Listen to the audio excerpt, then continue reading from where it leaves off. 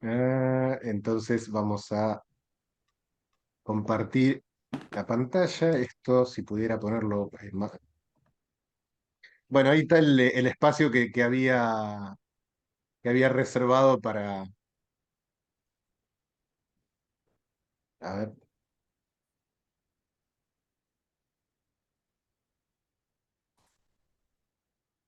esto. Era F5, ¿no? Ahí estamos. Bien.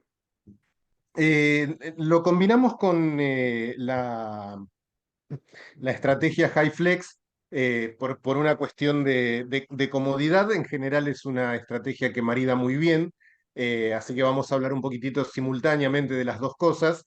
No porque sean lo mismo, High Flex en realidad es una forma elegante de llamar a los proyectos de hibridación, pero que bueno, que tiene algunas características peculiares en cuanto al tema de maximizar la flexibilidad. Esto es un modelo en el cual los estudiantes podrían elegir muy libremente la modalidad en la cual se van a insertar. Esto es algo que es eventualmente riesgoso si no conoces bien el curso. Es algo que por ahí es una decisión que se puede tomar más vale tardíamente, también por eso lo presentamos más vale tardíamente, donde, bueno, la electividad de la modalidad va a estar puesta del lado del estudiante según sus oportunidades, necesidades eh, y recursos, como un combo demasiado liberal para proponerlo desde el primer momento. Vamos a empezar por el aprendizaje basado en proyecto, lo vamos a caracterizar como una metodología eh, que tiene la característica de distribuir bastante la gestión del desarrollo de los contenidos en la comunidad educativa, en los estudiantes. La característica principal que tiene es que constan en la elaboración de un proyecto y en el desarrollo del mismo, ¿sí? Esto de por sí es la característica principal. De Tanovia no la pongo porque es algo que va de suyo, y significa precisamente esto, ¿no? O sea, que el estudiante en grupos, preferentemente, generalmente es una propuesta que se desarrolla en grupos, tiene que elaborar un proyecto. Obviamente esto implica, como vamos a ver a lo largo del encuentro de hoy, gestionar este tipo de estrategia de manera tal que los estudiantes tengan una conciencia clara de qué es un proyecto. En particular, es una metodología que se usa mucho, por ejemplo, para los seminarios de tesis o de tesina, donde, bueno, precisamente delegás en el estudiante el desarrollo, la elección de un tema, el desarrollo, la búsqueda de fuentes, etcétera, etcétera, ¿no? Pero que puede aplicar a cualquier momento de la carrera. Hay, no solo en superior, como vimos, por ejemplo, cuando hicimos el encuentro el encuentro presencial con el ministro Sedov. Él contaba que en este momento se está implementando esta metodología como estrategia para la escuela secundaria, y tiene una característica que también eh, no me atrevo a decirla riesgosa porque es muy fértil, es muy productiva, pero requiere un acuerdo mucho más amplio que el de la propia cátedra, que es que un proyecto, para ser mucho más fértil, tiene que ser interdisciplinario, y esto requiere algunos acuerdos de carácter transversal hacia el interior de las carreras y de las unidades académicas, y todo el trabajo ex post que implica evaluar este tipo de actividad. A ver, porque, por ejemplo, vos podés armar un proyecto que implique no solo el contenido disciplinar de tu asignatura, sino el contenido disciplinar de un par de asignaturas más que tengan algún grado de afinidad o algún modo de articulación. Por afinidad nos referimos a que tengan coincidencias disciplinares. Por ejemplo, podés hacer un proyecto que incluya pedagogía y didáctica, o didáctica y práctica de la enseñanza. En algunos casos incluso algunas de estas materias son tan cercanas que en algunos planes de estudios de algunas carreras están unificadas, pero en muchos otros no, como por ejemplo en mi universidad son materias diferentes. Bueno, la idea de fondo de esto es que esta devolverle al estudiante esta autonomía implica un aprendizaje de carácter mucho más significativo. Vamos a hablar sobre esta significatividad, porque en general lo que se propone es que los proyectos sean proyectos reales, ¿sí? Y qué difícil que es mover el PowerPoint de esta manera. Ah, ahí está. Bien. Dentro del modelo HyFlex, lo que implica este modelo de trabajo es la integración de, el trabajo en entornos presenciales y virtuales y la flexibilidad que resulta de esto. Bueno, el modelo HyFlex, como van a ver en el libro, está caracterizado precisamente por lo que les decía en la introducción, y por esta modalidad en la que el estudiante elige de una oferta amplia en cuál de estas se va a insertar y de qué manera y en qué momento. Obviamente esto requiere una responsabilidad enorme de parte de los estudiantes, eh, pero funciona. Finalmente, si hay una planificación detallada, por eso por ahí de todas las tareas que vamos a hacer, la de la planificación de esta semana es un poquito la más detallada que vamos a pedir, no en cuanto a nivel de contenidos, pero sí en cuanto a nivel de tomas de decisiones. Bueno, tiene que haber una ruta, de hecho muchos autores lo llaman de esa manera, una ruta de aprendizaje que va a tener determinadas postas, precisamente por el tema de como hay demasiada autonomía en la gestión del tiempo y de los espacios de aprendizaje de los estudiantes, bueno, tiene que haber postas preestablecidas para que los estudiantes puedan barajar y dar de nuevo. En particular, y como anécdota, les cuento, estoy participando en este momento en una cátedra que está funcionando de esta manera en la Universidad de Buenos Aires, en la Cátedra de Tecnología Educativa, lo que hay es, hacemos dos encuentros presenciales que en general no son dentro de la propia universidad, sino en instituciones anfitrionas, en las que los estudiantes participan, recorren, interactúan con los actores principales de esta institución, hacen preguntas, investigan sobre el desarrollo de lo que se está haciendo.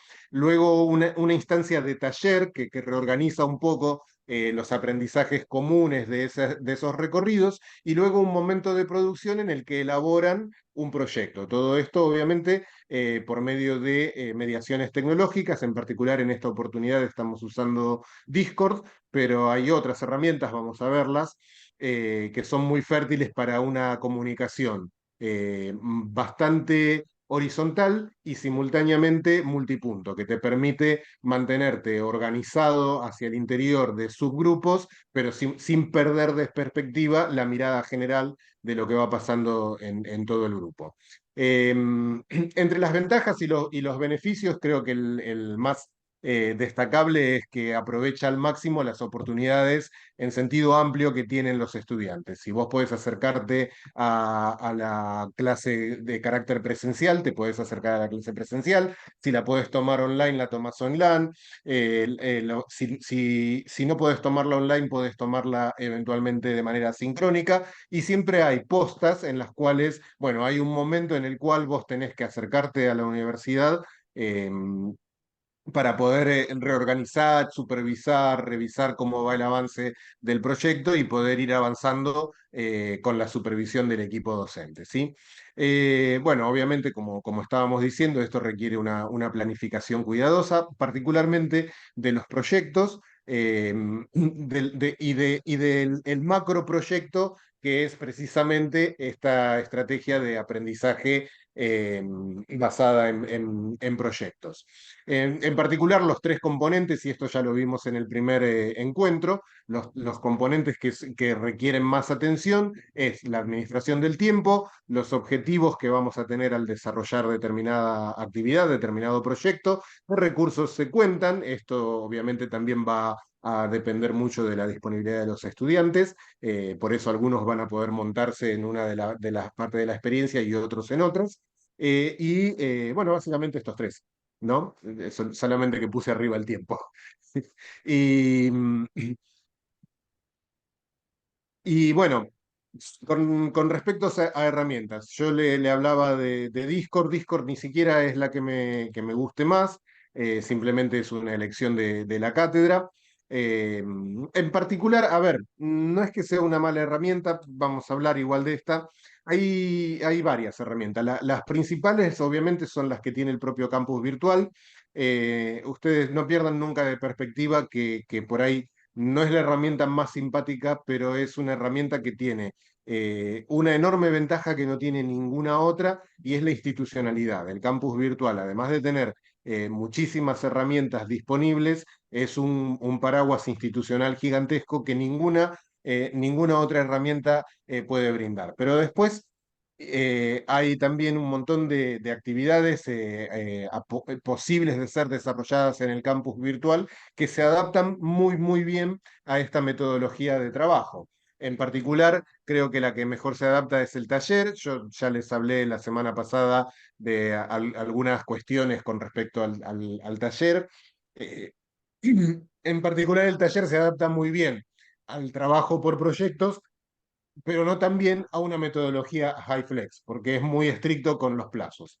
El taller tiene eso, es muy difícil, no es que sea imposible, pero una vez que te cierra el evento, volverlo a abrir implica volverlo a abrir para todos, implica un engorro, empieza a complicarse, hay tareas que se pueden automatizar, como por ejemplo las tareas de coevaluación, que es un componente súper importante dentro de este tipo de aprendizajes que requiere, ofrecen mucha autonomía a los estudiantes y que les proporciona un entorno de inmersión real. Bueno, vos solamente podés evaluar aquello que está en el campus, y si te tiene que asignar automáticamente un par evaluador, bueno, no te puede asignar un par evaluador hasta que no subiste el trabajo. Y a veces por ahí uno puede esperar 4 o 5 horas más, o incluso 4 o 5 días más, porque los plazos académicos se alcanzan, pero bueno, esta herramienta es muy rígida en ese sentido. Pero bueno, después hay otras herramientas, ya hablamos muchas de estas, así que simplemente las voy a nombrar, como por ejemplo todas las herramientas de Google. En particular, la que se adapta muy bien a esto es los grupos de Google y el Classroom de Google. Eh, y lo mismo las herramientas de Microsoft 365, las que acabo de desinstalar y metí la pata. En particular, la que funciona muy bien con esta metodología es Teams, que proporciona una plataforma integrada para este tipo de actividades. Sobre estas, como las conocemos todos bastante, simplemente menciono que se pueden utilizar. Bueno, el OnlyOffice también, y el DocSpace del OnlyOffice.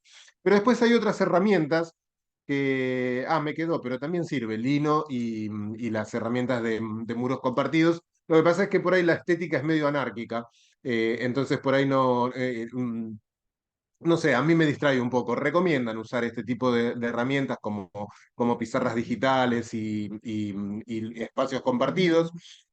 Bueno, esta tiene Dogstorming, la vimos la semana pasada, tiene la posibilidad de funcionar como un espacio de gamificación y simultáneamente como un entorno de trabajo colaborativo.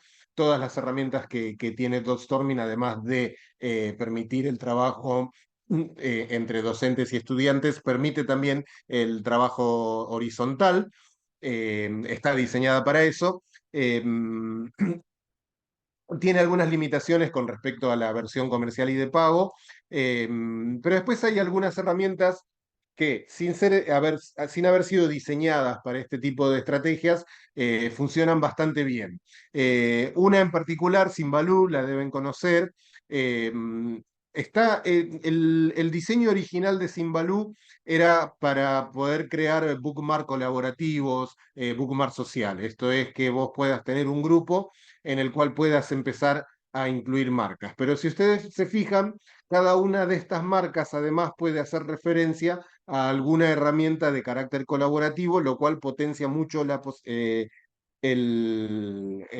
capacidades de la herramienta, y además la herramienta fue evolucionando y en la actualidad incluye un sistema completo de comunicación horizontal, que bueno, que tiene cierta fertilidad para este tipo de propuestas, y tiene la posibilidad de hacer estos muros colaborativos que eventualmente podrían vincularse a colaboraciones con otras herramientas. Por ejemplo, si vos usás el Simbaloo, además podés vincularlo con algún tipo de herramienta como por ejemplo Keep.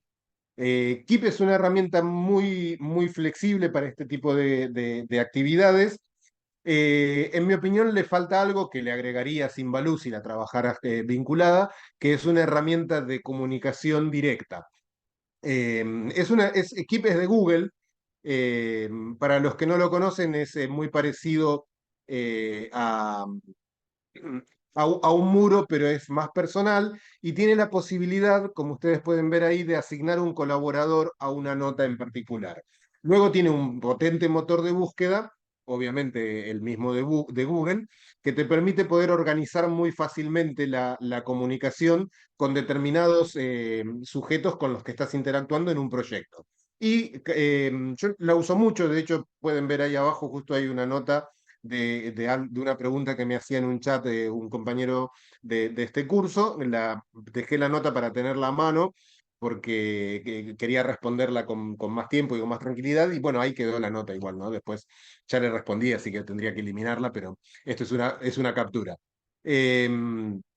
Y tiene una ventaja adicional, y es que es sumamente ubicua. O sea, vos podés manejar Keep desde el teléfono, y funciona como un repositorio en el cual el resto de los actores y vos podés enviarte materiales y almacenarlos en este tipo de plataforma, y poder trabajar directamente arriba de estas notas, ¿no? O sea, incluso se puede utilizar como un entorno de escritura colaborativa, pero lo de la ubicuidad, la ventaja que tiene es que vos vas en el colectivo, vas en el tren, vas en el barco, para el que anda en barco, y encontrás algo mientras estás navegando por internet con tu celular, y te lo mandás directamente aquí. O sea, elegís en el teléfono celular enviar, y una de las opciones que te dan, sobre todo los teléfonos basados en Android,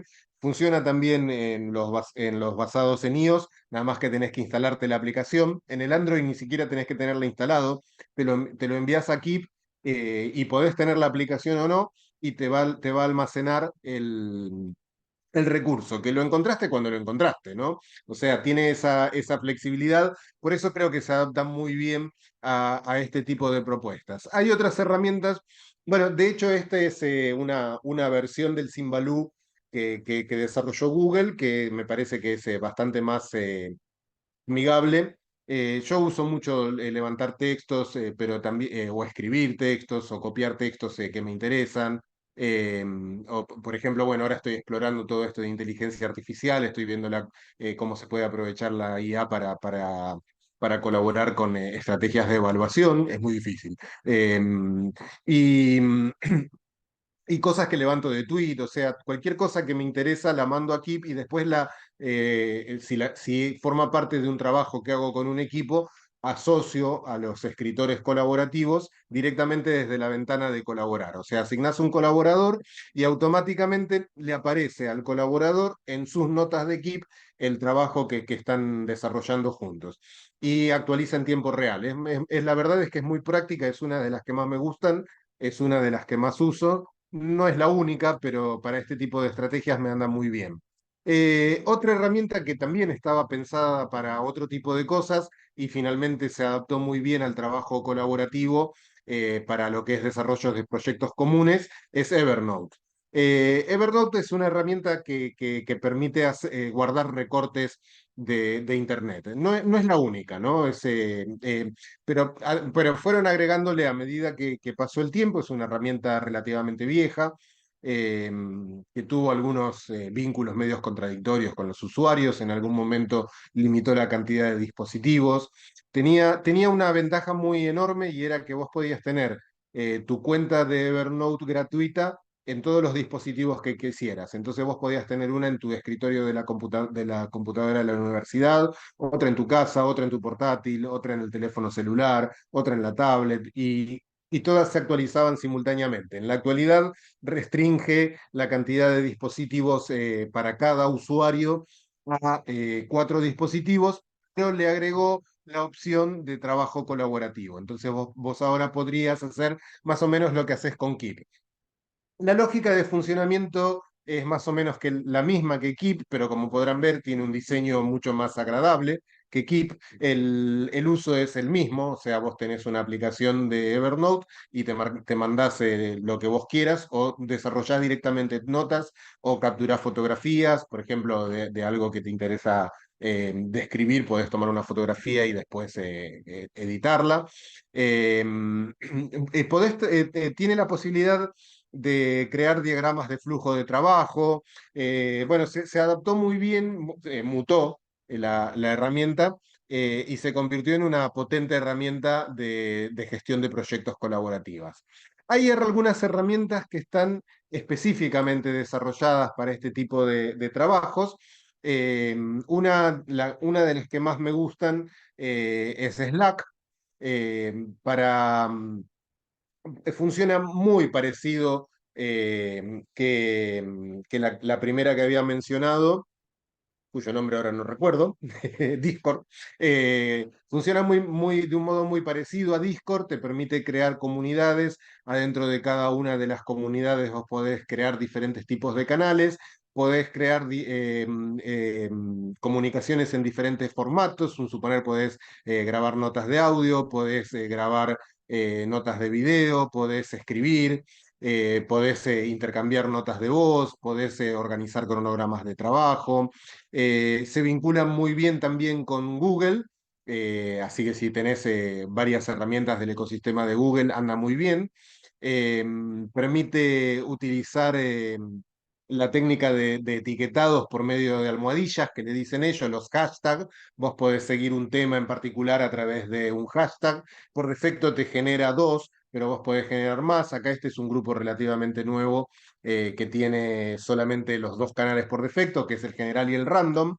En la lógica del trabajo de Slack, el de carácter general se usa para una comunicación mucho más vertical. El que coordina el equipo envía anuncios por el chat de carácter general, y el random es el de como si fuera el foro abierto, en el que cada uno puede hablar de lo que quiera. Luego, cuando vos empezás a trabajar con determinados proyectos, bueno, cada proyecto puede ser un canal y cada canal puede tener sus subcanales. Además te permite una comunicación, además de la horizontal, una comunicación punto a punto privada. Eso es, vos podés mandarle mensajes a uno solo de los miembros. Por ejemplo, si sos el profesor y querés intervenir, no para mediar, sino para aconsejar a algún estudiante en particular, lo contactás por medio de un mensaje directo. Ese mensaje directo es privado entre quien lo emite y quien lo recibe, así que te permite gestionar muy bien el respeto por la intimidad de las cuestiones.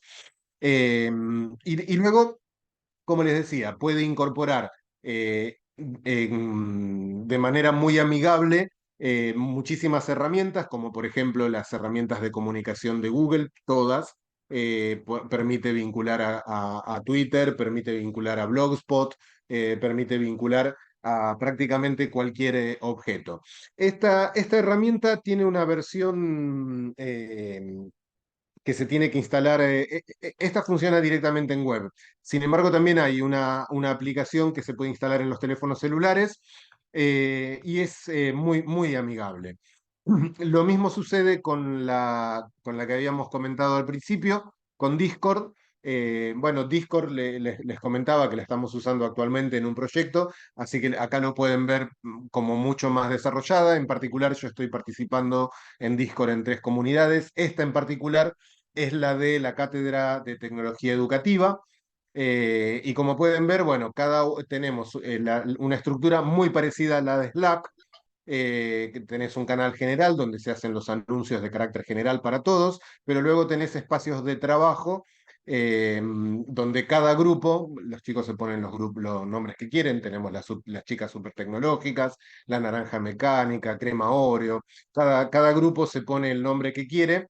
Eh, Eso también igual pueden ponerles números de grupos, o sea, finalmente cada uno elige cómo gestionar la comunicación del modo que quiere, y también permite crear canales de audio, canales de voz. eh, es, eh, Como se instala en el teléfono, es muy amigable, y para los que no saben manejarla, tiene una lógica de funcionamiento muy parecido a la de los grupos de WhatsApp. No a WhatsApp, sino a la de los grupos de WhatsApp. La lógica de funcionamiento es muy parecida. al ser una aplicación que se puede instalar en el teléfono, aprovecha la tecnología de mensajes push-up, así que cuando vos estás dentro de una comunidad que es muy activa, recibís muchas notificaciones. Obviamente esto lo administra el usuario, vos podés silenciarlas en tu propio teléfono, pero la lógica de funcionamiento es muy parecida a la de los grupos de WhatsApp, con el agregado de que permite organizar muy bien el intercambio. Aquí, por ejemplo, en la captura de pantalla que les comparto, pueden ver abajo que hay una devolución a un trabajo de una visita que se hizo a la Universidad de San Martín o de Sarmiento. Bueno, no me acuerdo. Visitamos una universidad e hicieron un proyecto a partir de esa visita. Herramientas igual, miles. Les comparto estas, en particular esta, porque es una herramienta que es muy popular entre los jóvenes, Discord, porque es la herramienta que utilizan los gamers, ¿no? O sea, los chicos pueden tener un espacio de trabajo que sea compartir una experiencia de videojuego, por ejemplo, pero, y no solo los gamers más jóvenes adultos, también los chicos chiquititos usan mucho esta plataforma, realmente los chicos chiquititos, para poder escucharse mientras juegan a ese jueguito que hay que capturar al asesino, ahora mismo no me acuerdo el nombre, Among Us, ahora me acuerdo el nombre. Y usan, para poder tener una experiencia distribuida, utilizan esta plataforma. Así de flexible y así de amigable es, ¿no? O sea, los chicos, los primos, por ejemplo, los compañeritos de la escuela, se conectan a un canal de Discord y en el canal de Discord que crean para ellos, comparten una partida de Among Us y se hacen bromas, se escuchan, se hablan, se divierten un montón. Da envidia verlos jugar con el Among Us en el Discord. Pero bueno, la incluyo por eso, porque es una herramienta que tiene mucha potencial y tiene esta amigabilidad que muchos chicos ya la están trabajando. De cualquier manera, igual hay herramientas más específicas. Una que uso bastante es Google Cloud.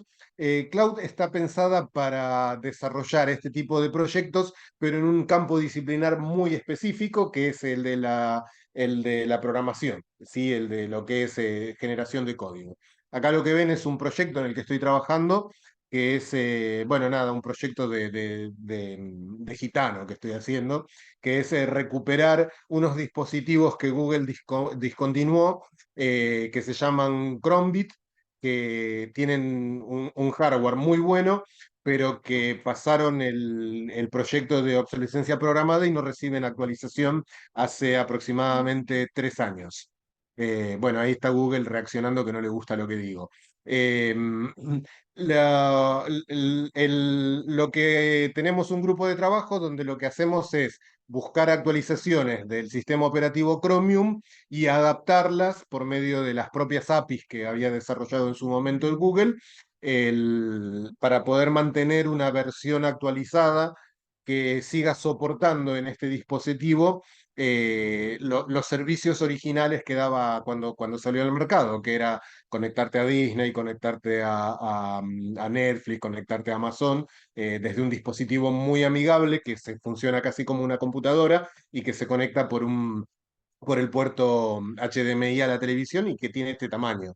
Bueno, tiene la ventaja de que está conectado a la nube de Google, entonces la cantidad de recursos, documentos y productos de código abierto al que tenés acceso es literalmente infinita. De hecho, bueno, no infinita, pero enorme. De hecho, para este proyecto en particular nos funciona muy bien y no recurrimos a ningún otro, a ninguna otra fuente. Finalmente, las APIs del Chromium las actualiza el propio Google, que el Chromium es la versión libre del Chrome. Y se adaptan muy bien por medio de una API vieja al Chromebit, así que está funcionando. Pero además de estas, para este tipo de proyectos muy puntuales, serviría casi cualquier CRM que sea de carácter horizontal, ¿sí? Nosotros hablamos un poco de CRMs en la clase 2. El CRM es un tipo de software que está pensado para gestionar contactos. pero tienen, sobre todo Bitrix, pero todos los que tienen esta lógica de funcionamiento, aprovechan la tecnología de pipeline, que, bueno, la tecnología de pipeline suena a un sistema de refrigeración. Lo que permite es empujar determinadas comunicaciones por medio de o bien algún tipo de algoritmo, que igual que tampoco piense que tienen que programar, ¿sí? Si vos instalás Bitrix, vos solamente le decís de un paquete de opciones qué es lo que querés que haga con determinadas comunicaciones. Por ejemplo, que envíe alertas, por ejemplo, que agrupe paquetes de mensajes, por ejemplo, que agrupe documentos y los comparta, eh, lo que te permite hacer lo mismo que podrías hacer con las otras herramientas de las que estábamos hablando. Eh, Voy a hacer un pequeño paréntesis acá, ¿sí? Herramientas hay muchísimas y oportunidades de aprovecharlas también. A mí mi recomendación es que no se compliquen demasiado con la oferta de herramientas y por un lado, que no las desperdicien, pero por otro lado, que vayan a las que manejen con seguridad. O sea, si vos manejás muy bien el campus Moodle, todo esto podés hacerlo. Por ahí no tan automatizadamente, pero vos podés compartir audios, podés compartir videos, podés compartir mensajes, podés poner mensajes privados con los estudiantes, con el resto de los compañeros. Entonces, si vos tenés una herramienta tan potente y la sabés manejar, no es una buena idea complicarse con una herramienta que tenés que aprender. Lo segundo, está bueno aprender nuevas herramientas porque hay algunas herramientas que tienen una amigabilidad que, insisto, el caso de Discord, que no es la que yo prefiero, pero funciona muy bien, la usan chicos de primaria, ¿no? Y están haciendo trabajos, proyectos colaborativos, está bien, de entretenimiento, pero lo están haciendo de manera colaborativa. eh, con sus celulares o sus tablets, ¿no? Cuando tienen, o si no con lo de los padres cuando se las prestan. Pero bueno, herramientas y potencialidades hay muchos, la idea es ver cómo podés aprovechar las que conoces. Y la segunda idea es ver qué herramientas nuevas podés conocer que facilite el trabajo. Honestamente, a mí me parece que complicarse con algo que no manejás no vale la pena. Pero, por ejemplo, ¿por qué también traigo varios ejemplos? Y porque muchos de estos ejemplos ustedes los deben conocer. Por ejemplo, si alguien gestiona grandes cantidades de email, bueno, posiblemente conozca Bitrix o algún otro CRM y se pueden utilizar para este tipo de proyectos, ¿no? O por ejemplo, si estás muy familiarizado con las herramientas de Google y podés gestionarlas desde un panel centralizado como Classroom, ¿por qué no hacerlo?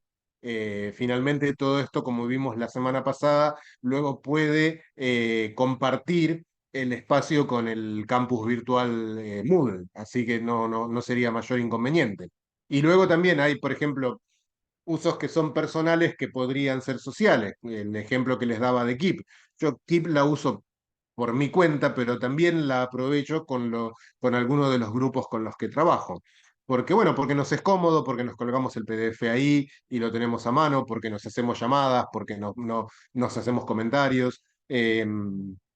Finalmente es el tipo de cosas que, habiendo una oferta tan grande, está bueno que nosotros elijamos la que nos resulta más amigable y no nos compliquemos demasiado. Y por amigable también entender cuáles son las que tenemos disponibles. O sea, algunas unidades académicas tal vez tengan, no como la mía, que tal vez tengan licencias de Teams. Teams es muy potente. Si tienen una licencia de Teams, está bueno aprovecharla. Eh, o, o, por ejemplo, si tienen alguna instalación de algún gestor de comunicación parecido a Bitris, que se integra muy bien también con Google, bueno, ¿por qué no aprovecharla si la tenemos a mano?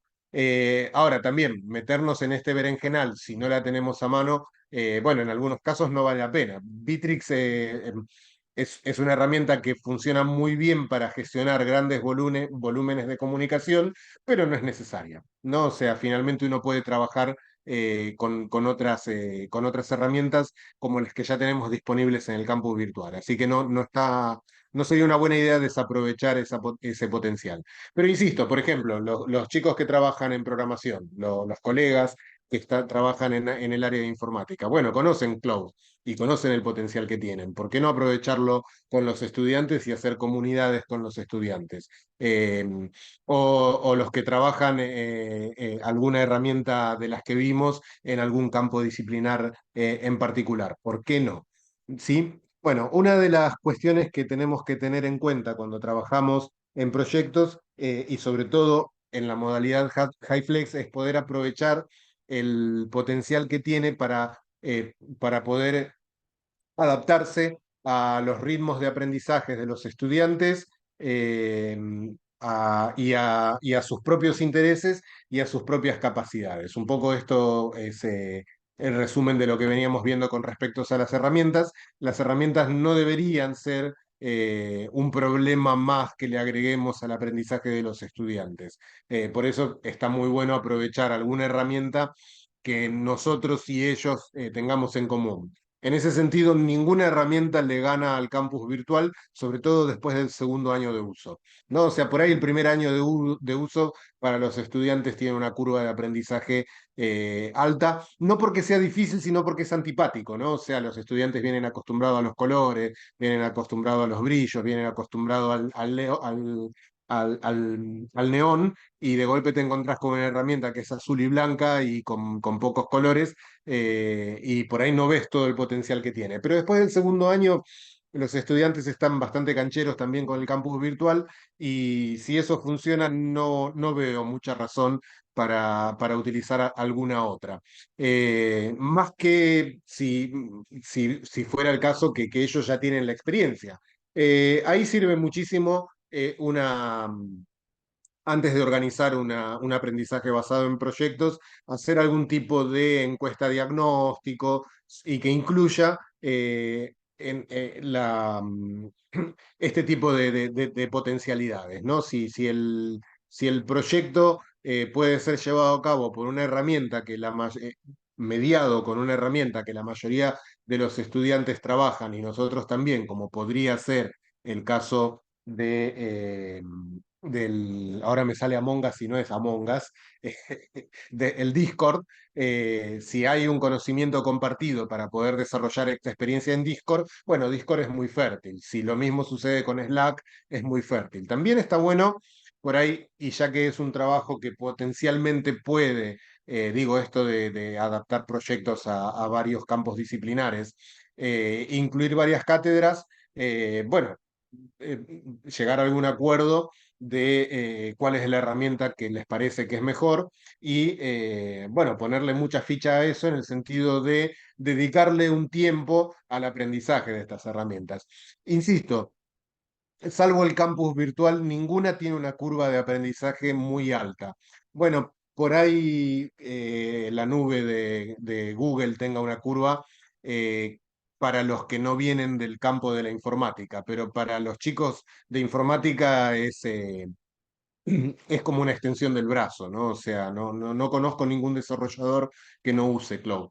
Eh, bueno, todo esto, este tipo de diagnóstico nos tendría que servir para poder desarrollar con mayor precisión nuestra planificación para una experiencia de aprendizaje basado en proyectos que se pudiera adaptar a todas estas características, que pudiera adaptar los proyectos a estas características con la consiguiente ganancia de la automotivación. Los estudiantes, cuando participan de este tipo de experiencias, generalmente se involucran muchísimo. Eh, no es algo que no esté estudiado. No les compartí esto porque no me pareció, ahora me parece importante. En el momento en el que estaba organizando esto no me había parecido muy importante, pero en realidad hay varios estudios que evaluaron el aprendizaje basado en proyectos con otras modalidades de trabajos, tanto colaborativos como individuales, y los resultados fueron muy altos en términos de rendimiento académico para las propuestas desarrolladas como aprendizaje basado en proyectos. Y en particular, estos estudios dan cuenta precisamente de esto, de que uno de los componentes que funcionaron como, como catalizador de este rendimiento fue la permanente motivación que encontraban los estudiantes al estar trabajando en un proyecto, que tiene que ver un poco eh, con esto que les decía de que estos proyectos sean reales. Ahora lo vamos a ver, pero básicamente recordarles ahora, porque está la diapositiva acá, pero ya lo habíamos hablado, la idea de currículum integrado como esta idea de que vos podés trabajar no solo tu campo disciplinar, sino algún tipo de campo disciplinar que sea o bien afín, o sea, que formen parte del mismo gran campo disciplinar, o bien articulable, ¿no? Que es que los conocimientos de unos pudieran ser necesarios para el otro, ¿no? O sea, no pensar en los requisitos de preaprendizajes como parte de la correlatividad, si bien es cierto que es algo que eso se decide en otras instancias de la universidad y no en el curso nuestro, en el sentido de que, a ver, vos tomas el curso y el curso ya está dentro de un plan de estudios y ese plan de estudios eventualmente ya tiene correlatividades, ¿no? O sea, para hacer contabilidad 2 tenés que tener aprobada contabilidad uno.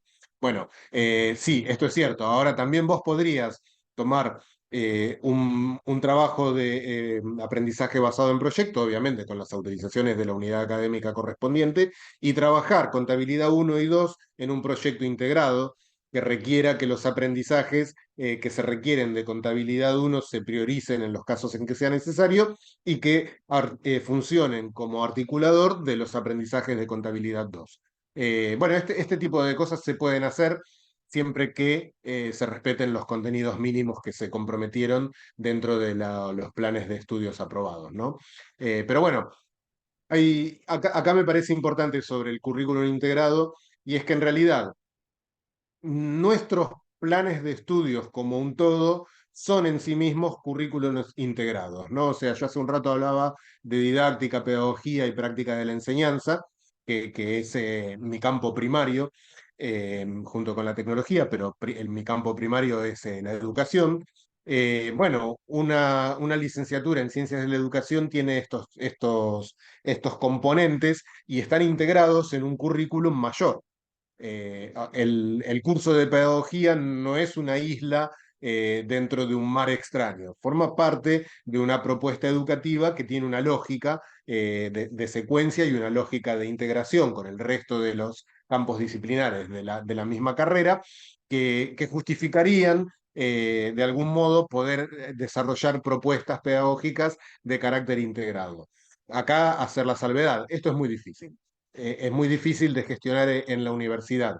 Eh, Atenta contra esto, no porque esté mal, esto está muy bien, pero atenta contra esto la lógica compartimentalizada de las cátedras, ¿no? O sea, es muy difícil gestionar una cátedra, es mucho más difícil gestionar una cátedra en igualdad de condiciones con otra cátedra. Eh, la lógica propia de la universidad y de la libertad de cátedra que no niega este potencial, lo vuelve un poco difícil, como que como profesores tenemos cierta tendencia a cerrarnos en nuestro campo disciplinar. Eh, es un defecto del oficio, digamos, ¿no? Y un poco ignorar aquellas cosas que no nos son propias. Esto se ve muchísimo también porque también no tenemos esta lógica sistémica con el resto del sistema educativo también, ¿no? O sea, yo creo que tanto ustedes como yo estamos cansados de escuchar la letanía de que los chicos de la secundaria salen sin comprender texto, ¿no? O sea, bueno, nada, van a tener que comprender texto con nosotros. Y si salen de la secundaria sin comprender texto, bueno, nos toca complementar ese aprendizaje faltante dentro de nuestras propias universidades. Eso es currículum integrado, ¿no? O sea, finalmente tenemos un objetivo común que está compartimentalizado para su gestión, pero que no está naturalmente compartimentalizado, ¿no? O sea, pienso en mi campo disciplinar, que son las ciencias de la educación. Un cientista de la educación no es solo un pedagogo, también sabe de didáctica, también sabe de práctica de la enseñanza, también sabe de organización y gestión de las instituciones educativas. O sea, no son campos que le sean ajenos. Sin embargo, bueno, a medida que pasa el tiempo nos hiperespecializamos y dejamos de tener esa mirada integral que sí tienen nuestros estudiantes, porque nuestros estudiantes sí salen del curso de didáctica y se van al curso de pedagogía. ¿No? Digo, me está pasando ahora, mis estudiantes de pedagogía vienen del curso de didáctica, por ejemplo. Bueno, nada, esto es algo que tiene estas dificultades, no son imposibles de saldar, requieren muchos compromisos cruzados y requieren también muchos acuerdos institucionales, ¿no? O sea, eh, finalmente tenemos que ser capaces de garantizar que los estudiantes que trabajan en un aprendizaje basado en proyectos y simultáneamente integrando currículum, que es una de las grandes potencialidades de la modalidad, eh, al finalizar el proyecto tienen los contenidos mínimos adquiridos que hubieran adquirido por lo menos mínimamente cursándolos por separado, ¿sí? Esto lo comparto para que lo piensen porque el potencial es enorme y requiere también un montón de otras lógicas, porque por ejemplo, nosotros estábamos viendo que lo vamos haciendo de a cachitos, pero lo estamos haciendo, planificar un solo curso sin pensar en currículum integrado tiene toda la lógica de los días que vamos a cursar, los horarios que vamos a cursar, dentro de mi agenda para el próximo año, cuáles van a ser los feriados, etcétera, etcétera. Cuántas horas vamos a dedicar a la presencialidad, cuánto vamos a dedicarlo a la virtualidad. Bueno, evidentemente es más complejo hacerlo de una manera integrada con otros campos disciplinares y curriculares. No es imposible, pero requiere un trabajo adicional. Además, eh, bueno, de esto hemos hablado también, es el tipo de cosas que preferiría no profundizar porque son las mismas que recuperamos en la clase pasada, el protagonismo compartido, la participación activa y la importancia de la planificación, sobre la que sí vamos a hablar un poquitito, porque bueno, al ser un tipo de actividad que se va a delegar en pos de este compromiso, en pos de este protagonismo compartido y de esta participación activa en los estudiantes, entonces la planificación tiene que prever este tipo de cosas, principalmente en lo que tiene que ver con las características que va a tener que tener el desarrollo de este proyecto en sí. A ver si esto anterior. Doctor, y en ese Sí, sentido, eh, a veces nosotros estamos frente a planificaciones demasiado estructuradas que, por ejemplo, uno empieza a desarrollar un proyecto, no todos los grupos son iguales. Eso lleva a un trabajo que uno se da cuenta que eh, sería muy rico para todos si se dedica más tiempo, pero tiene el límite de que la semana que viene ya está programada la unidad 4 y entonces es un juego, pues, pero usted me dijo que ya el parcial era tal fecha y nos tenemos que manejar y encontrar el equilibrio entre una planificación que no está tan preparado, tan pensada para que uno vaya a desarrollar este tipo de actividades con los estudiantes.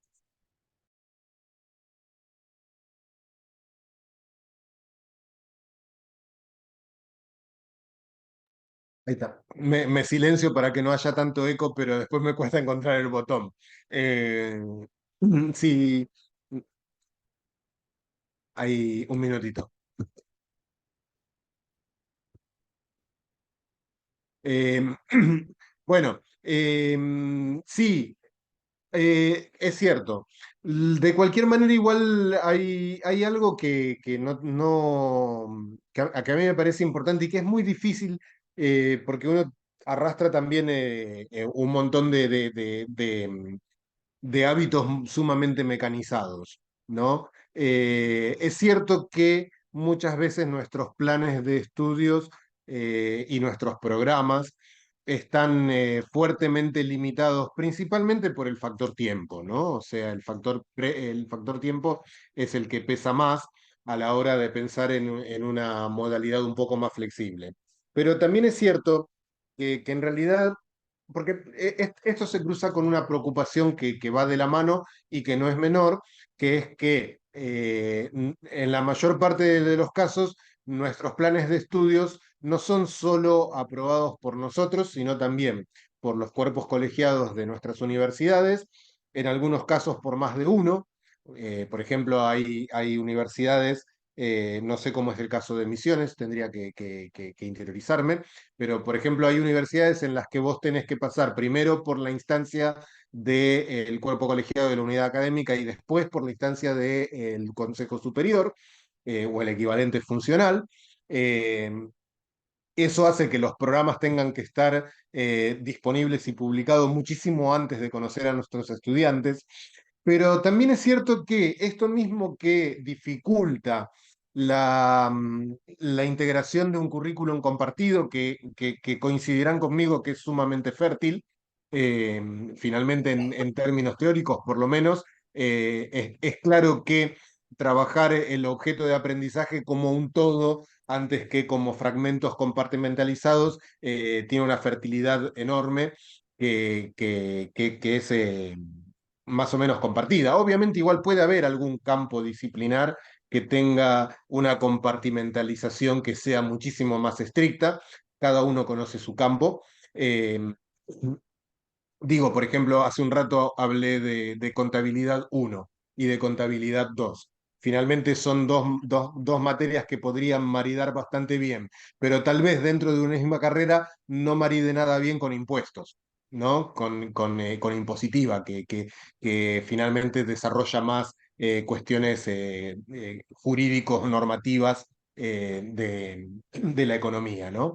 Eso obviamente no es una verdad absoluta y hay casos en los que no aplica, claramente, pero también es cierto que nuestros planes de estudios son, sobre todas las cosas y por todo esto que decimos que se tienen que planificar con mucha antelación, son más parecidos a una amenaza que a una trompada, ¿no? O sea, son más parecidos a una promesa que a un sueño cumplido. Ahí sonó mejor, ¿no? O sea, a ver, yo prometo que voy a hacer esto. Luego, ¿cómo lo voy a llevar a cabo? Es algo que a mí me parece sumamente saludable renegociar con los estudiantes. Y renegociar con los estudiantes no necesariamente es un salto al vacío. Ahí empieza a jugar también una cuestión de que los estudiantes también reclaman cierta estructura. ¿Sí? Los estudiantes son muy exigentes de cuándo va a ser el parcial, cuándo, en qué fecha. Entonces, también es algo que hay que acordar el modo de trabajo. Porque finalmente cuando termine el cuatrimestre o el año, dependiendo de si es cuatrimestral o anual o semestral o anual, lo importante es que se hayan alcanzado esos contenidos mínimos con los que habíamos amenazado, que habíamos prometido. ¿Cómo lleguemos a esos contenidos mínimos? Bueno, ahí es donde ahí tiene que abrirse un espacio para la negociación.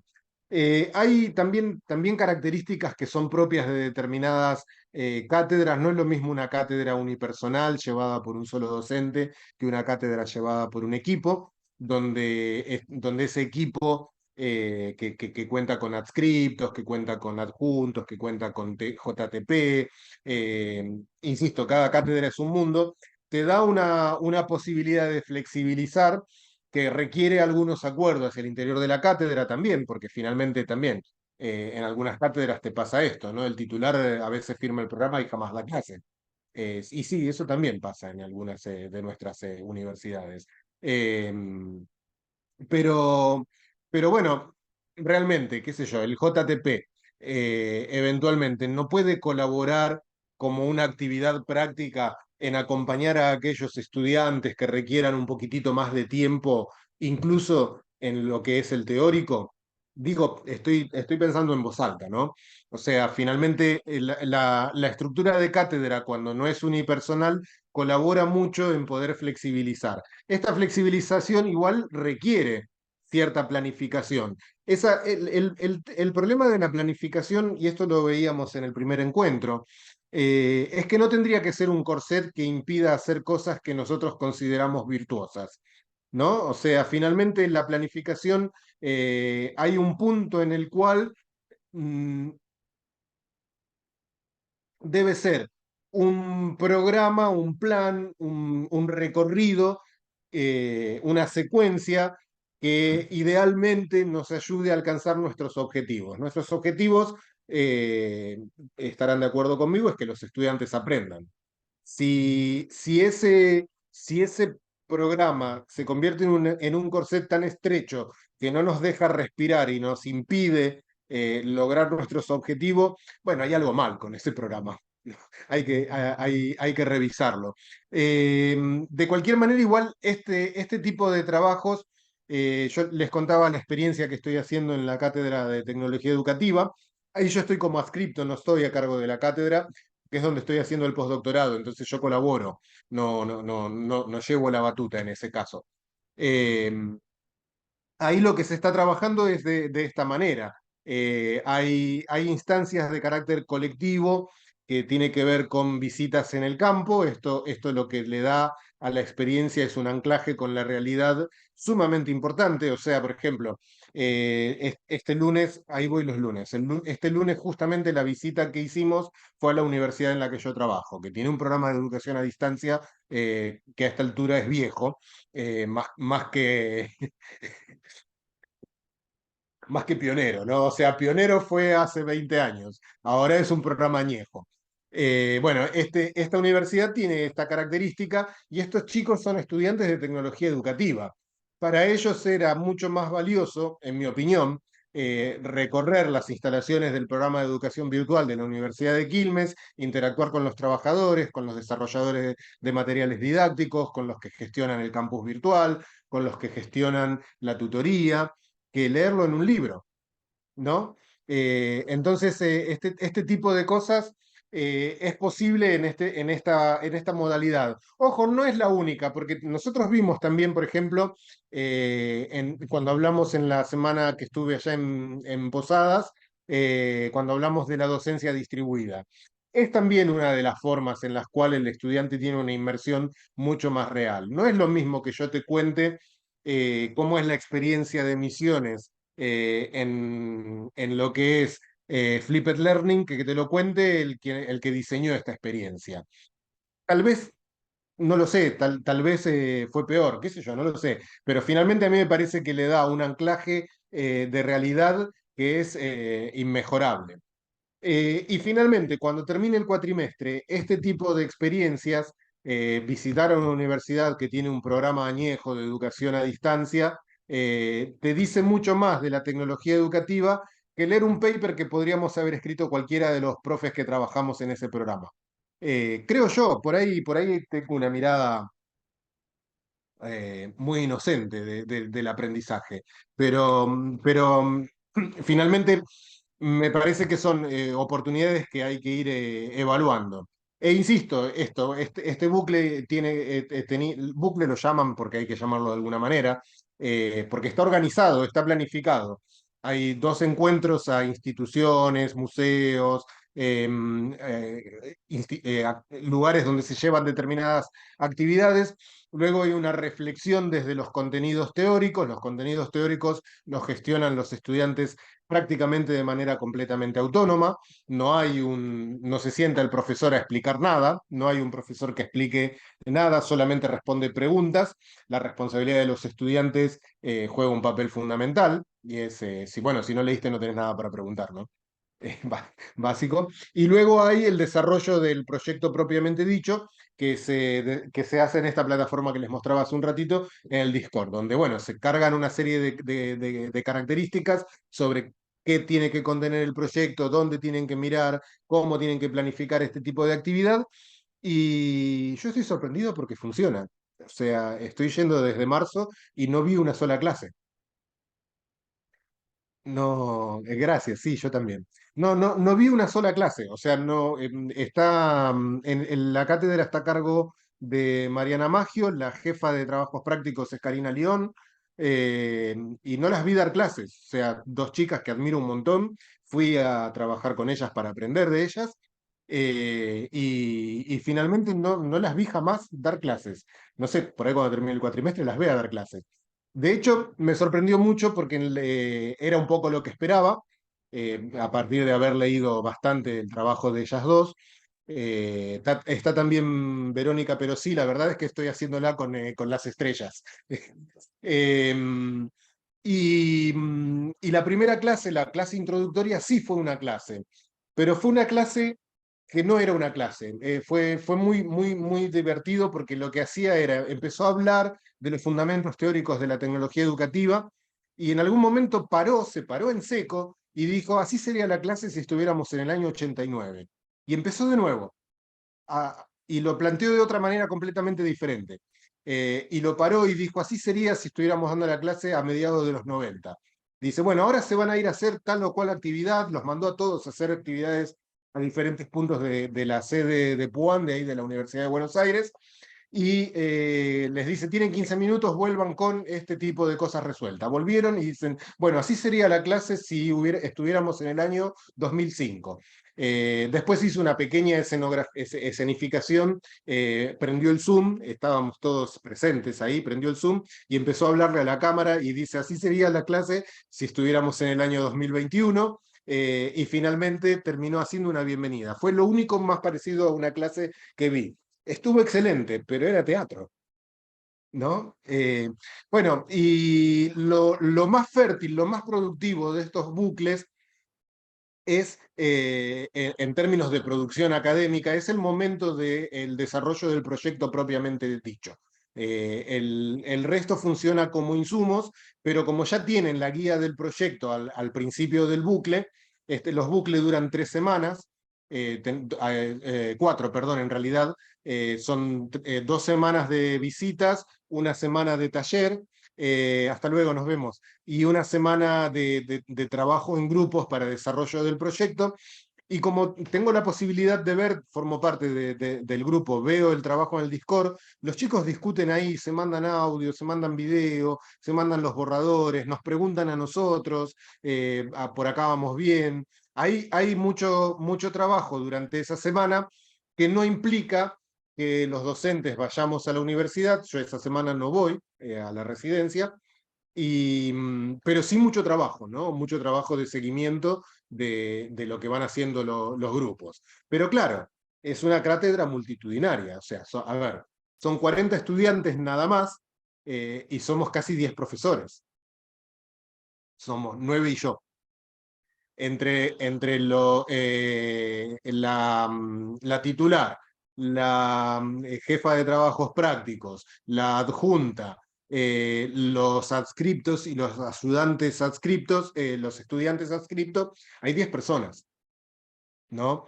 Eh, Obviamente, es algo que no es posible ni para todas las universidades ni para todas las cátedras, ¿no? O sea, pero que funciona, funciona. O sea, las producciones que leí de los chicos de tecnología educativa son hermosísimas. De hecho, después si me animo, bueno, le voy a preguntar a Mariana si les puedo compartir alguna, porque realmente fueron muy buenas.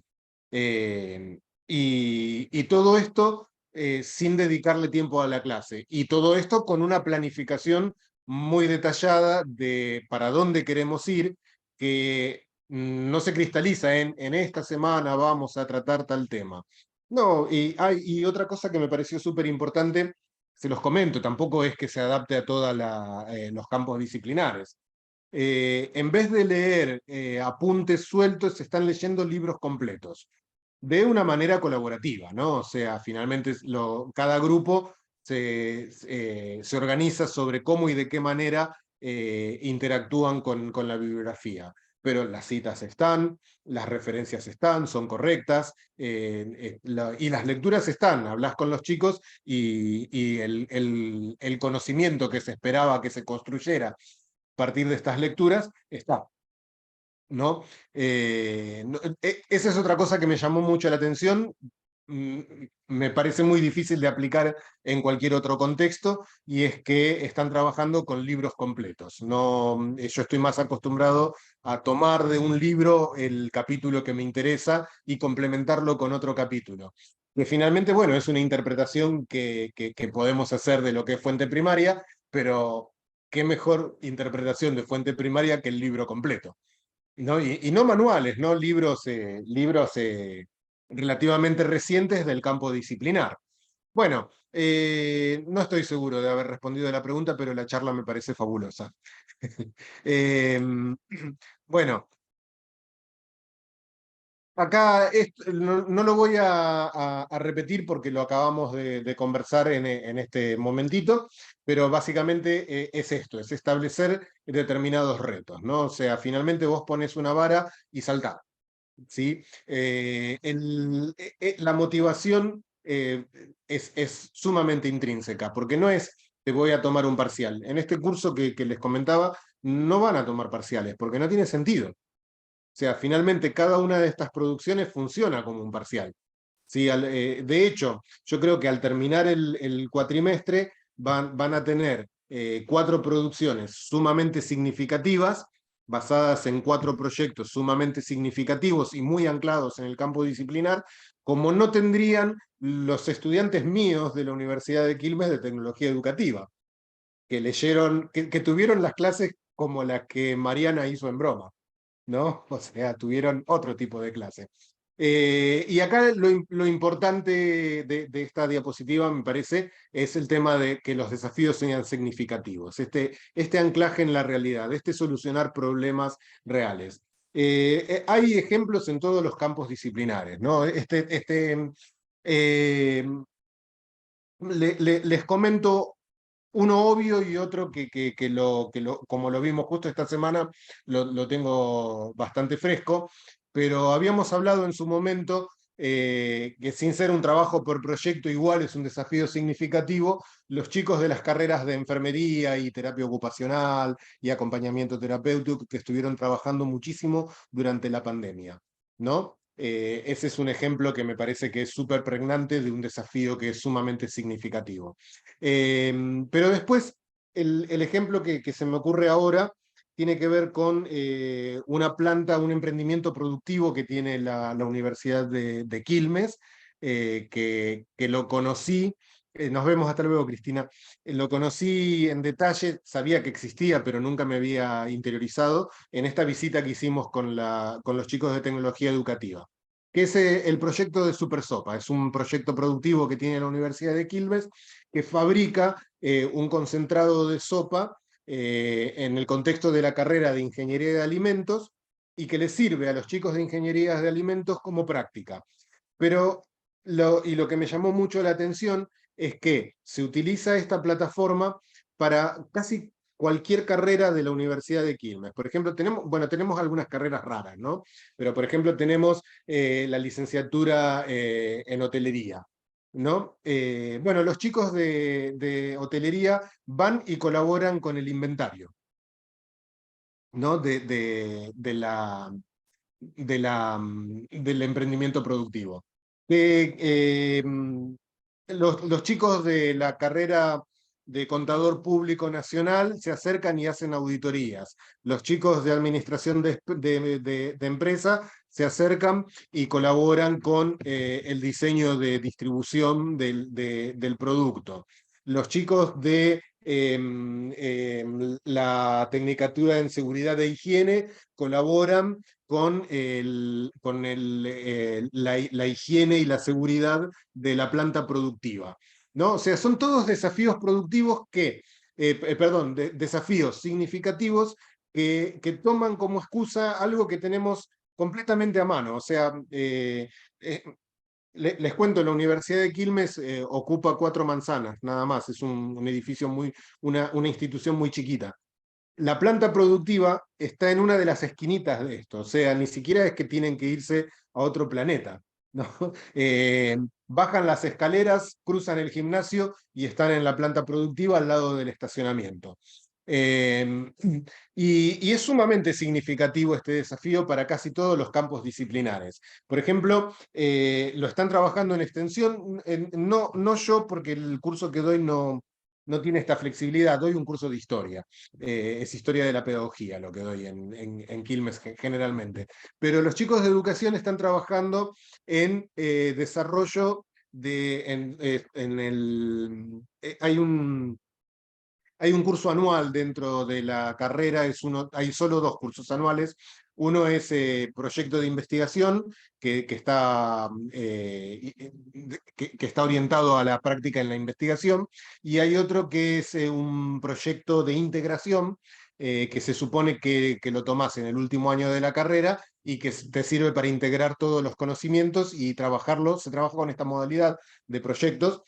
Y van también al programa Super Sopa para diseñar estrategias de educación alimentaria y de salud nutricional. Y lo hacen, ellos sí, sucede que están en el último año de la carrera, junto con los trabajadores, con los estudiantes de la carrera de enfermería y los estudiantes de la carrera de terapia ocupacional, que están dentro de la misma unidad académica, ¿no? No fue difícil gestionarlo. Pero van en equipos y preparan estrategias de intervención psicopedagógica, perdón, sociopedagógica a partir del programa Super Sopa. Yo me quedé maravillado. No sabía que estaban haciendo esto en mi universidad. Quiero saber más. Bueno, y obviamente todo esto tiene el potencial, que dice ahí el último pedacito de esta diapositiva, del desarrollo de estas habilidades y conocimientos en un contexto realmente auténtico. Eh, Obviamente los ejemplos que me ocurren son más cercanos por haber estado involucrado directa o indirectamente, pero por ejemplo, hay trabajo que se puede hacer, también lo vimos en el segundo encuentro, vinculándonos a los proyectos de extensión, que le dan muchísima significatividad.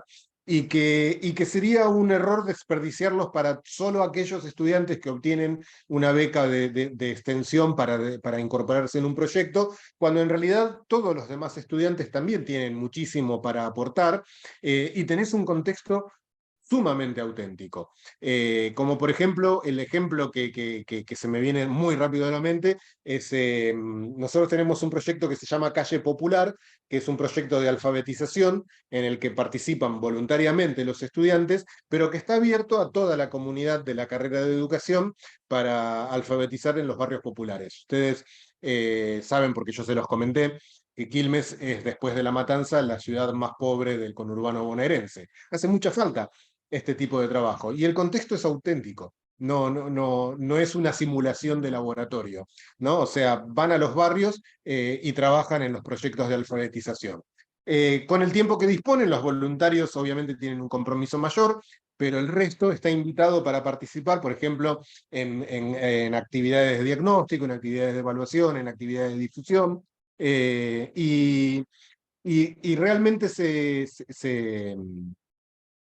se sienten súper motivados los estudiantes, tienen muchas ganas de hacer esto. De hecho, las becas de extensión para incorporarse a este tipo de proyectos son rentadas, y así todos los que no ganan la beca igual se sienten motivados para participar de este tipo de actividades. Y así en casi cualquier otro campo disciplinar.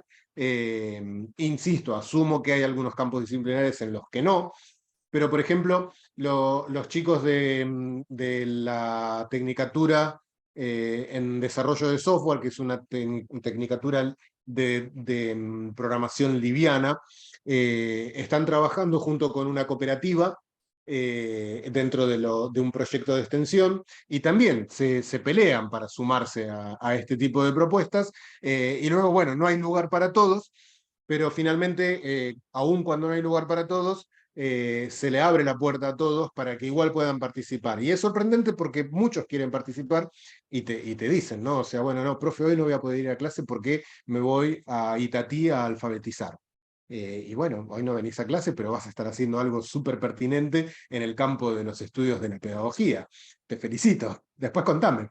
Eh, y esto es el tipo de cosas que requiere un reconocimiento de los trayectos formativos que no necesariamente son de carácter curricular académico, ¿no? Esto requiere un compromiso de la institución que tiene que apoyar este tipo de cuestiones para que efectivamente sucedan. O sea, si al estudiante que no viene yo le tengo que poner un ausente, claro, tal cual.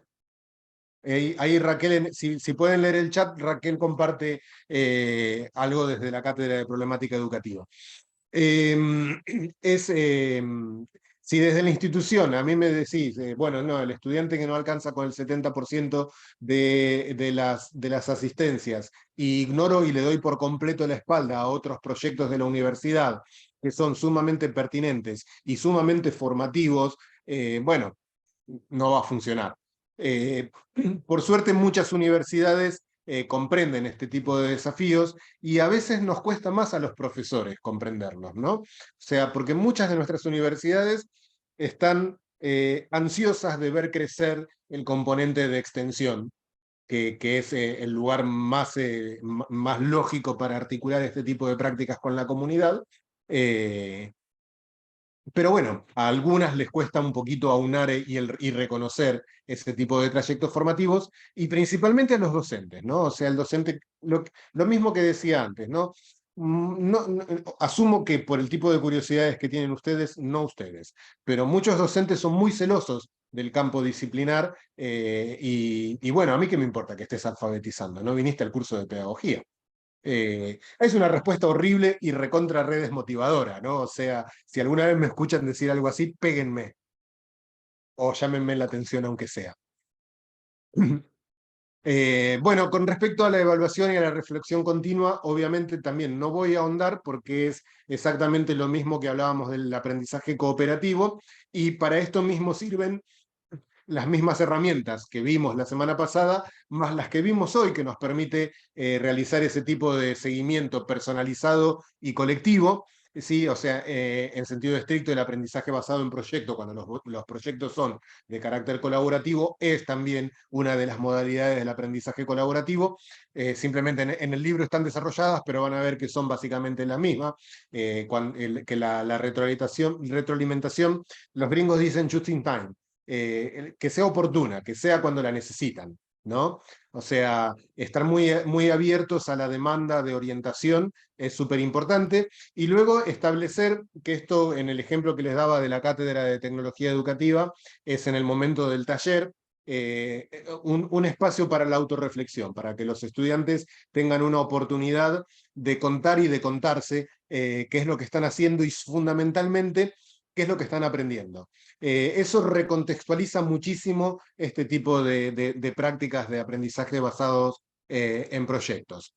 Y finalmente, esta me parece súper importante, creo que es la última.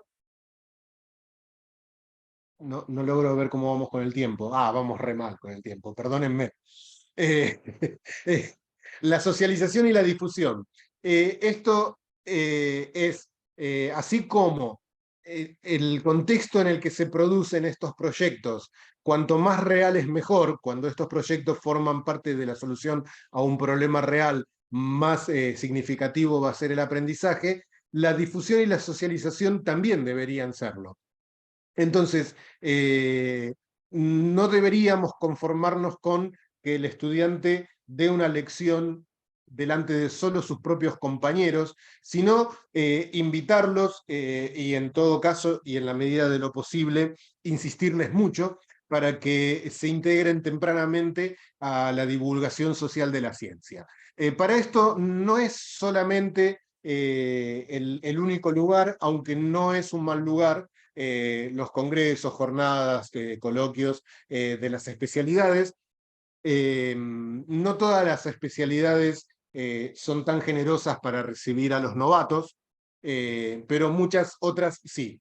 Yo tuve la suerte de conocer este tipo de actividades y de haber trabajado en un proyecto de integración que me permitió participar muy tempranamente de la divulgación de la ciencia. Eh, a partir de las cosas chiquitas que producía yo, ¿no? Como estudiante de una licenciatura en Ciencias de la Educación. A partir de esas cosas chiquititas que producía, bueno, los profesores con los que estábamos trabajando encontraban la forma de armar en estos congresos, en estas jornadas, en estas reuniones del campo de la especialidad, un espacio para los estudiantes. Aunque no todas las veces, ¿no? O sea, yo de muy joven y antes de recibirme empecé a participar de la divulgación de la ciencia, Porque bueno, porque era un atrevido también, ¿no? O sea, desarrollaba algo que me gustaba y lo presentaba. Y porque tenía un docente que me animaba a hacerlo. Mi director del proyecto de integración era un maestro, falleció, era un maestro muy querido en la zona de Santa Fe, pero trabajaba en la Universidad de Quilmes, Roque de Abat, eh, y, y tenía esta generosidad, ¿no? Bueno, él tenía un poco de presupuesto y lo usaba como de su proyecto de investigación y lo usaba para financiarnos a los estudiantes, para que fuéramos a participar de este tipo de actividades. Esto es algo que intento replicar con mis estudiantes con irregular resultado, pero hoy en día y no como cuando estudiaba yo, hay otras oportunidades. Hay algunas que están tan a manos que dejamos de verlas, como Twitter, como Facebook, sí, como Instagram, que son lugares, plataformas que si bien es cierto que la mayoría de nosotros las usamos como entretenimientos, también tienen una beta oscura donde la gente está enseñando y aprendiendo. Yo les comentaba hoy que uno de los usos principales que les doy aquí es recopilar artículos de interés que voy recogiendo de Twitter. O sea, uso muchísimo Twitter y finalmente, bueno, nada, también estoy siguiendo a un montón de gente muy particular y también de la otra, porque además me entretengo mucho.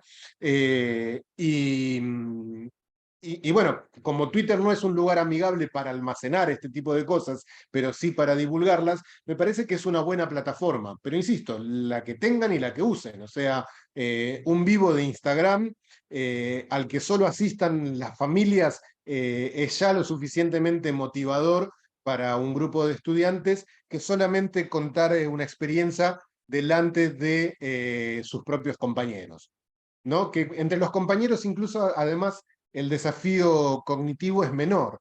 Los compañeros te cuidan, no te van a preguntar cosas que te podrían hacer trasvillar. Y a ver, esto lo habíamos conversado el día de la clase invertida. Trastabillar es bueno, dudar es bueno. El conflicto cognitivo, si no es conflicto, no es cognitivo, ¿no? O sea, tiene que haber un desafío al aprendizaje. ¿Qué mejor desafío que participar de la divulgación pública de la ciencia o en pequeña escala divulgar ciencia en las redes sociales?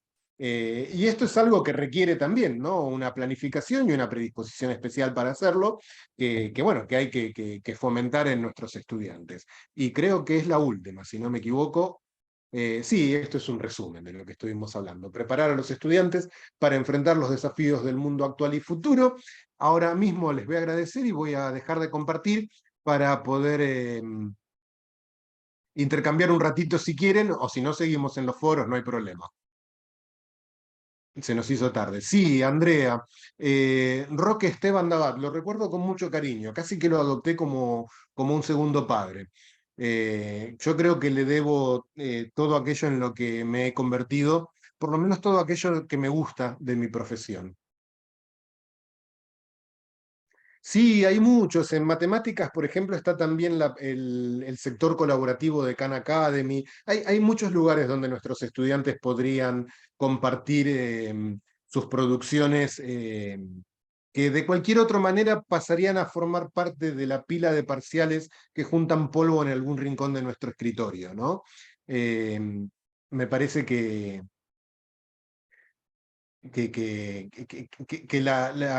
convertir el desafío de la divulgación en parte del resultado del aprendizaje basado en proyectos permite recontextualizar y permite compartir el nivel de desafío, no solo en el momento recuerdan que decíamos que tenía que ser una experiencia desafiante, no solo en el momento de la producción, sino también en el momento de la evaluación. Vos tranquilamente podés evaluar el vivo de Instagram, como podés evaluar el oral en el aula. Sí, Fabián, es cierto. Y también es cierto que no todos tienen ganas de todo esto y está bien, ¿no? O sea, finalmente tampoco hay nada de malo en hacerlo de cualquier otra manera. Simplemente esto le da una dimensión y una vuelta más de realidad, ¿no? O sea, perdón, creo que hoy estoy demasiado autorreferencial, me disculpo por eso, pero el primer trabajo que había escrito yo de investigación era un intento de indagación sobre los manuales, no los libros, en los libros era muy fácil de encontrar, en los libros de textos, de la presencia de el peronismo como práctica de pedagogía social. O sea, ¿se acuerdan los manuales del peronismo? Perdón, no los manuales, los libros de textos de los manuales del peronismo que tenía que ver con Evita me ama, Perón es el gran conductor, qué lindo día de sol, es un día peronista, ¿no? Que estaban en los libros de primer grado, de segundo grado, de tercer grado. Bueno, yo me había puesto como desafío encontrar algo de esto en los manuales. Entonces me puse en campaña para conseguir, me fui a la biblioteca del maestro, me fui al Palacio Pisurno, bueno, ahora se llama Sarmiento. Me fui a recorrer la Biblioteca Nacional, fui a la hemeroteca, buscando esta presencia en los manuales.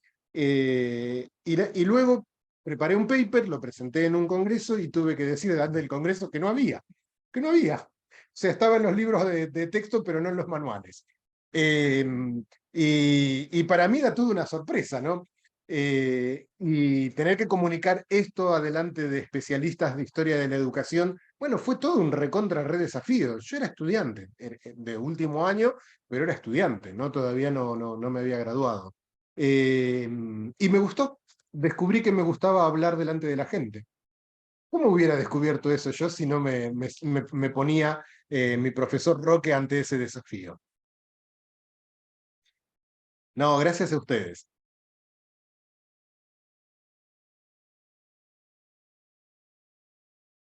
Bueno, seguramente todos tienen. Sí, ahora hay que callarme. En esa época por ahí me empezaba a costar. Ahora hay que callarme. Tenía, tenía todas las intenciones de que estuviéramos una hora, pero nunca lo logro. De hecho, hasta me hice un PowerPoint más chiquitito para poder hablar menos. Bueno, les súper agradezco la paciencia, el cariño. Está muy bueno permitir la duda sobre todo. Nos obliga a revisar lo que sabemos. Claro, es, mira, literal, casi la definición de conflicto cognitivo, ¿no? O sea, encontrarnos con un conocimiento nuevo, incluso producto de nuestras propias investigaciones, producto de nuestro propio proyecto, que contradice aquello que creíamos saber. Eh, y nada, es un desafío grande aceptar que estábamos equivocados. Lo es para nosotros como investigadores, imagínense para los estudiantes, para estos estudiantes que decíamos antes que vienen con, no, yo quiero que vos me des la clase. Encontrar su propio desafío. Sí, Silvia, yo siempre me enfoco por ahí más en eso porque finalmente la parte más fuerte teórica la desarrollamos en el libro y la pueden leer tranquilo cuando quieran y descargárselo, o no sé yo cuánto tiempo tienen acceso al campus, pero se pueden descargar los libros o llevarlos a sus propias aulas. Me parece mucho más importante por ahí el intercambio, la respuesta a preguntas, el diálogo en estas instancias sincrónicas, ¿no? Lo demás está en el campus. Un placer, profe. Nos Lo transmite, mismo, gracias nos Raquel. transmite su pasión a los que somos y elegimos esta noble profesión. Realmente nos cargamos las pilas, así que muchas gracias por la Bueno, generosidad de me compartir. alegra escucharla. Gracias. Bueno, entonces, si les parece bien, nos despedimos y nos vemos el miércoles que viene a las 7:30. ¿Están de acuerdo? Gracias a ustedes. Hasta luego, profe. Muchas Muchas gracias. gracias, A buenas noches. ustedes, hasta pronto.